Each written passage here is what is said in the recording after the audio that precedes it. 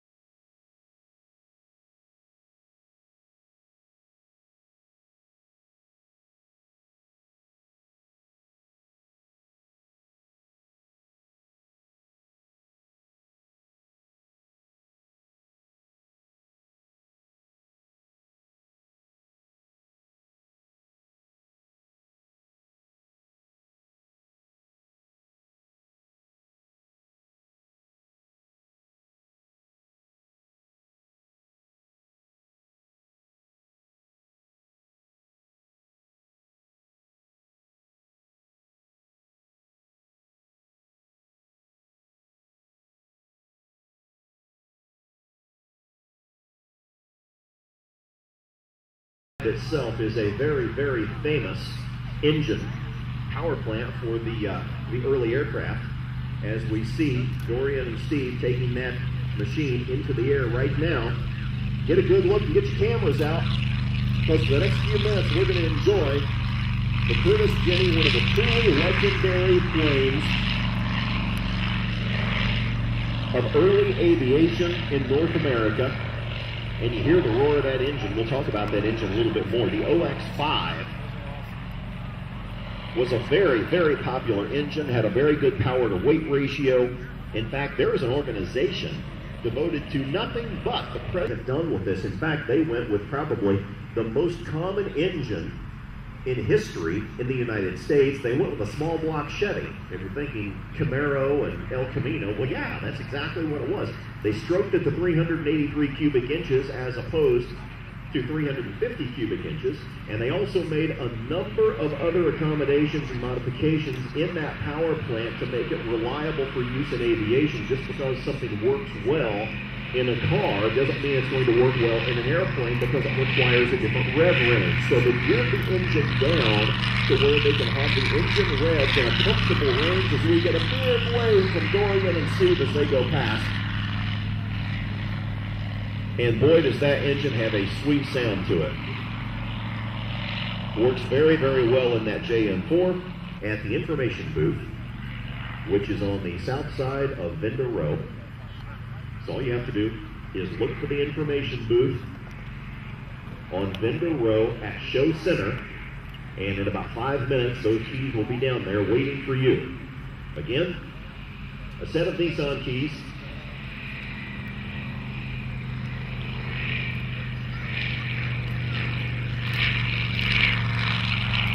And in fact, I think we have the owner of those keys.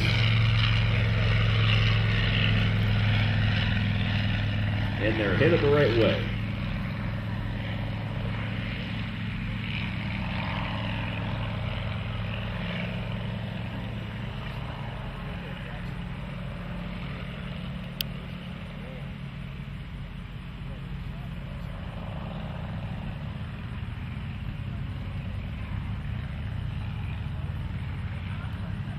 the Newport 23. They all look very similar to each other, both today and in history. So you can take one airplane kit and with just a few minor modifications and a different paint job, you can make it into a number of different types of Newports. You can replicate the Newport 11, Newport 17, or a number of others as we get a great photo up, a nice low pass from Stephen Dorian in that Curtis JM4. Lieutenant Frank Luke Jr. And I'm going to go down there and sign a couple of books here in about 60 seconds. But before I do, Frank Luke Jr. was America's balloon buster out of Phoenix, Arizona. At the time of his disappearance on September 29, 1918, he was the leading American ace. He flew over German lines, simply disappeared from history. They found his body in a shallow grave behind a French church in a town called Mirvaux in January of 1919 after the war was over. They had very little to go by despite an intensive investigation that went on for about 3 weeks by the United States Air Service.